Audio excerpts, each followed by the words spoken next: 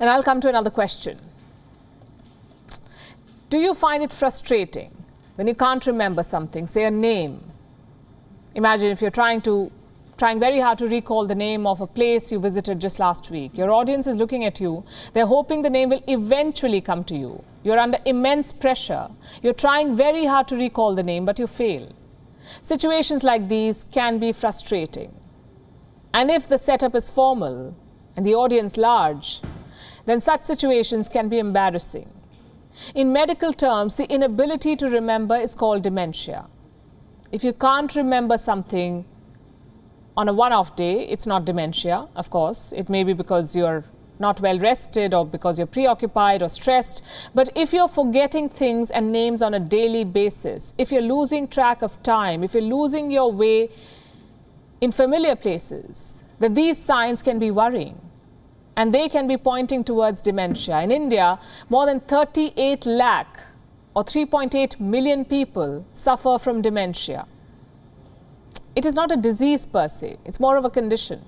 It hampers a person's ability to remember, to think, to make decisions. A person may forget the road to his home, not recognize his friends and family, may forget old memories, lose track of time. In short, dementia makes life difficult. And so it becomes a cause of concern when reports predict a difficult future. I'm looking at one such report. This one is by Lancet. And this is what it says. Cases of dementia will go up by 197% in India by 2050. 197%. In other words, in 30 years from now, more than 11 million Indians will be living with dementia. The number is not in contrast with the global trend. The same Lancet report also says that 57.4 million people around the world currently have dementia. By 2040, that number will be 116 million.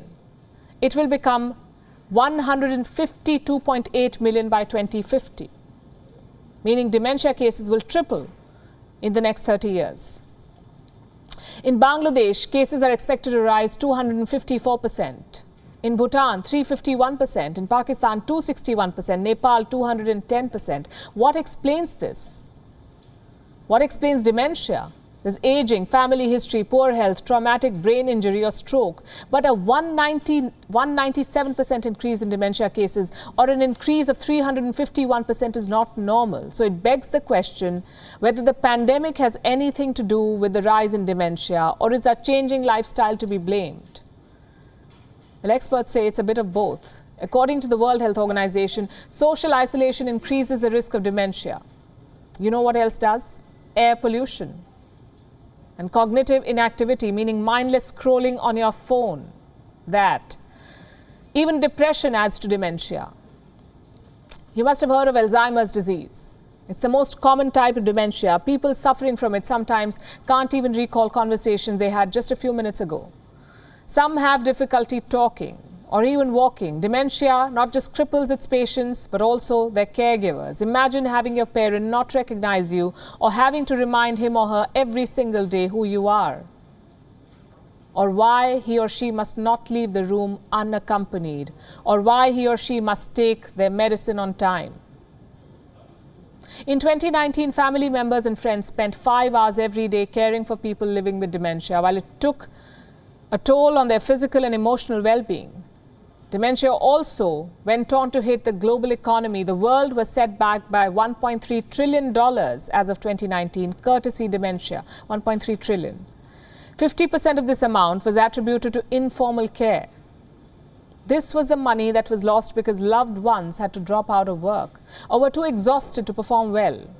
Dementia can no longer be kept on the back seat. It cannot be dismissed as a problem that can be dealt with later at old age. Today, 9% of the cases are being reported in people below 65 years of age. Today, dementia is the 7th leading cause of death. 65% of these deaths are women. What's worse, there is no treatment. So prevention is all we can focus on. How do we do that? How do we prevent it? Well, it's not difficult, we are told. For starters, you need to stop smoking. Watch your weight. Get moving, get some exercise, control your alcohol intake, control your blood sugar levels. All of this will help you reduce your chances of developing dementia and save your family from living an ordeal. So look out for the symptoms. talk about it, and most importantly, work towards avoiding it. WION is now available in your country. Download the app now and get all the news on the move.